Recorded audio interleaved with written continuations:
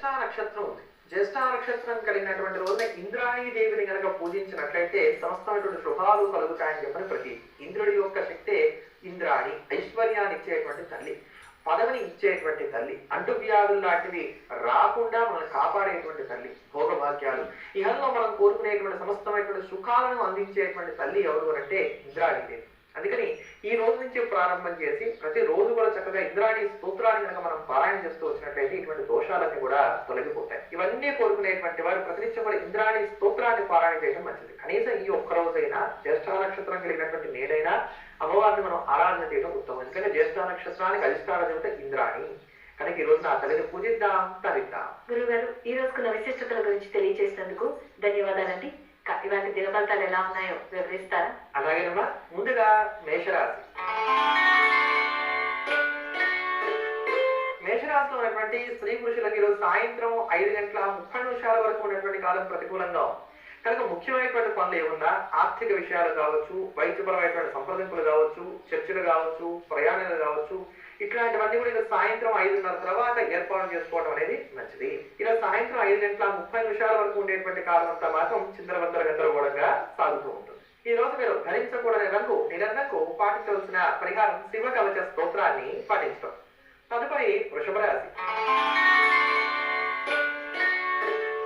వృషభ రాశిలో ఉన్నటువంటి స్త్రీ పురుషులు బంధుమిత్రులతో కలిసి ఆనందంగా కాలక్షేపం చేయగలుగుతారు. వృత్తి ఉద్యోగ వ్యాపారాలన్నీ కూడా సజావుగా సాగుతున్నాయని చెప్పని చెప్పుకోవచ్చు. విద్యార్థులకు కూడా అనుకూలమైనటువంటి కాలం. ఈరోజు సాయంత్రం తర్వాత నుంచి ఉండేటువంటి కాలం ఒడునొప్పులు రావడానికి, అరుగుదల లోపాలు కలగడానికి, అనవసరమైనటువంటి వివాదాలకు తావివ్వడానికి అవకాశాలు గోచరిస్తున్నాయి.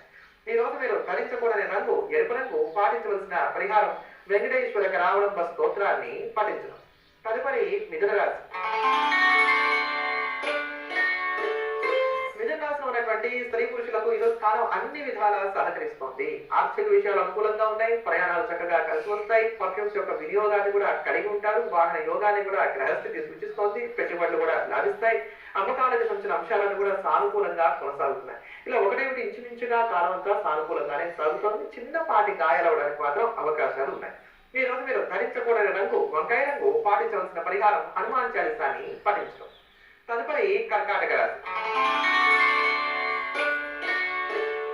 కర్కాటక రాశిలో ఉన్నటువంటి స్త్రీ పురుషులకు ఈరోజు సాయంత్రం 5:30 వరకు ఉన్నటువంటి కాలం వ్యతిరేకంగా ఉన్న 5:30 తర్వాత నుంచి ఉన్నటువంటి కాలం అనుకూలిస్తోంది.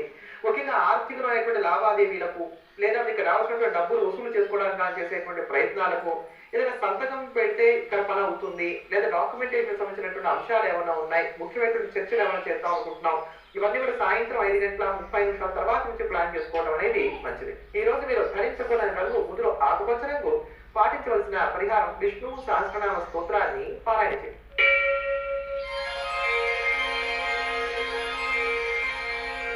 గురుగారు, తండ్రి కొడుకుల మధ్య సయోధ్య కుదరట్లేదు, వారిద్దరికి పడట్లేదు అన్నప్పుడు పాటించవలసిన పరిహారం ఉందన్నారు, తెలియజేస్తానండి. తండ్రి కొడుకుల మధ్య సయోధ్య కుదరట్లేదు, అసలు వారిద్దరికి కూడా ఒకరికంటే ఒకరు పడట్లేదు, అప్పుడు ఏం చేయాలి అనుకునేటువంటి వారికి ఉపయోగపడేటువంటి పరిహారానికి మీకు తెలియజేస్తున్నాను.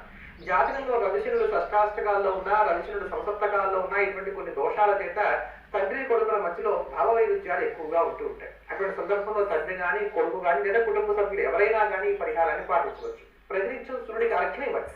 ఆ అర్ఘ్యం ఇచ్చేటువంటి నీటిలో కూడా అవకాశం ఉంటే కాస్త కుంకం కలిపి, ఆ కుంకం కలిపినటువంటి నీటితోటి అర్ఘ్యం ఇవ్వండి. కొద్దిగా కలపాలి, కుంకం ఎక్కువ కలపకూడదు. అర్ఘ్యం ఇచ్చిన తర్వాత ఆదిత్య హృదయ స్తోత్రాన్ని 3 సార్లు పారాయణ చేయండి. అలా రోజు 3 సార్లు చొప్పున పారాయణ చేసుకుంటూ ఒక 6 మాసాలు చేయండి. ఈ 6 మాసాల్లోనే మార్పు వస్తుంది. వచ్చినటువంటి మార్పు నిలబడడానికి అవకాశాలు ఏర్పడతాయి. తండ్రి కొడుకుల మధ్యలో వచ్చేటువంటి తగాదాలు తగ్గడానికి ఇది చాలా అద్భుతంగా ఉపయోగపడేటువంటి పరిహారం. జ్యోతిర్లింగాలలో అత్యంత ప్రాముఖ్యమైన కాశీ దివ్యక్షేత్రం ఎలా ఆవిర్భవించింది, ప్రత్యేకంగా ఏ రాశిలో జన్మించిన వారు ఈ క్షేత్రాన్ని దర్శిస్తే మంచిదో చిన్న విరామం